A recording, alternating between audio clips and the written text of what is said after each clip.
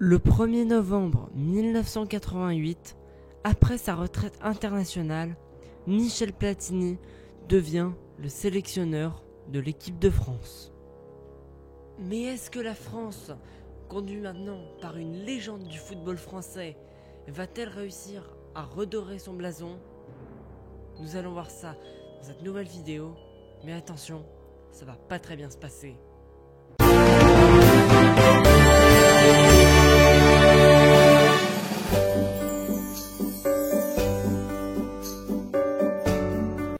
En 1988, la France va mal.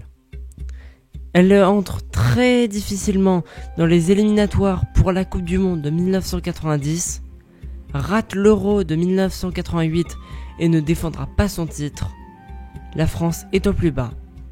Après une magnifique génération, justement avec des Platini, Amoros, Joël Batz, Jean Tigana et j'en passe, avec un grand trophée, l'Euro 84 remporté devant son public en France et une médaille d'or remportée au JO de Los Angeles la même année en 84.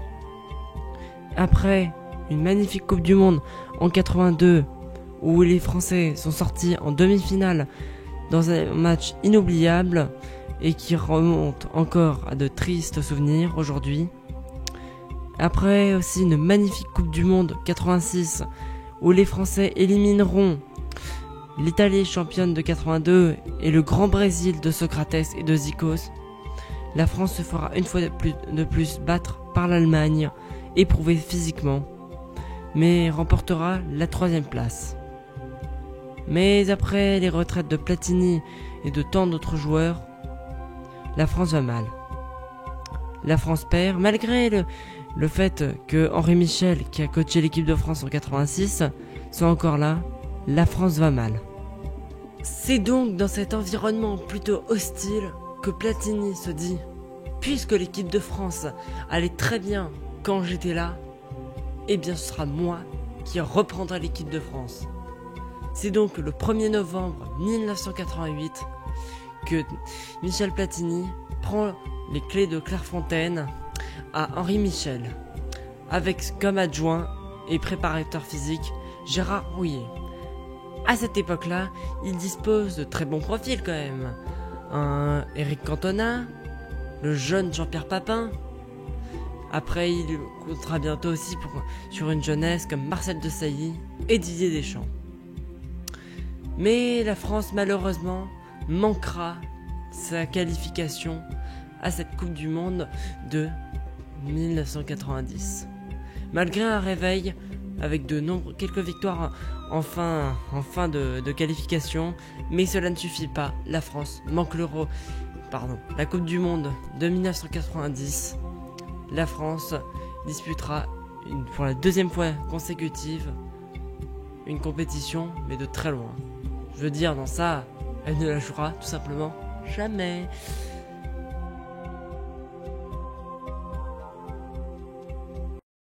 En janvier 1990, Platini retourne au Koweït, mais cette fois accompagné de l'équipe de France en entière pour jouer un tournoi à 3 avec le Koweït bien entendu et l'Allemagne qui elle aussi n'avait pas pu se qualifier pour la Coupe du Monde de 1990.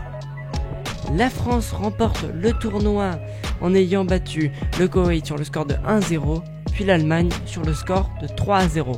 Trophée du tournoi du Koweït est le seul trophée que Michel Platini remportera avec l'équipe de France au cours de son mandat en quelque sorte. Mais aussi, une grande compétition arrive. La France réussit à se qualifier pour l'Euro de 1992. Il se retrouve dans le groupe du Danemark, de la Suède et de l'Angleterre. Mais est-ce que ça va bien se passer? Nous allons le voir tout de suite. D'ailleurs, j'en profite maintenant, puisque nous allons aborder le dernier chapitre de cette vidéo, pour vous dire que cette vidéo est sponsorisée par DAZN. Et merde, c'est vrai, j'avais dit que je serais jamais sponsorisé par DAZN. Ouais, bon, en fait, j'annule le sponsor. La vidéo est sponsorisée par Que Dalle, comme d'habitude. Allez, on reprend la vidéo, c'est parti. pour cet Euro de 1992 qui se déroulera en Suède, la France enchaînera les mauvaises performances sur mauvaises performances. Après un match nul contre la Suède, un partout face à Jean-Pierre Papin, un nouveau match nul, cette fois contre l'Angleterre, un 0-0 tout pourri, la France a son destin en main. Si elle veut gagner et se qualifier pour les quarts de finale, il faut absolument qu'elle batte le Danemark. Après avoir été menée dès la 8e minute par le Danemark sur un but de Henrik Larsen et une égalisation après de Jean-Pierre Papin à la 62e minute, le Danemark par Elstrup crucifiera l'équipe de France à la 72e minute. Défaite et totale contre-performance de l'équipe de France qui termine ce match donc par une défaite 2-1, mais surtout termine son Euro à la 3e place avec seulement 2 points. Cet Euro est un échec total, mais après, quand on sait ce que va faire ce Danemark durant cet Euro, en fait faut pas être totalement étonné. Après cette totale désillusion de l'équipe de France et de Michel Platini, à l'image par exemple de cette image justement où Michel Platini cogne dans une bouteille d'eau au match France-Danemark, Platini est acculé de toutes parts et se voit contraint de démissionner le 2 juillet 1992, remplacé par son adjoint et préparateur sportif Gérard Houllier, qui mènera justement à un triste événement encore pire que celui de 92.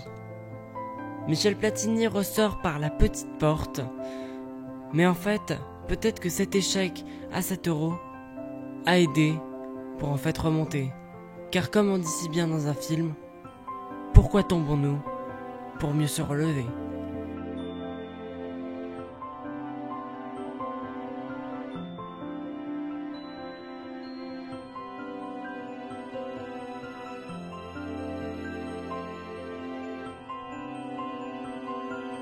N'hésitez pas à liker cette vidéo, abonnez-vous à la chaîne. On se retrouve dans une prochaine.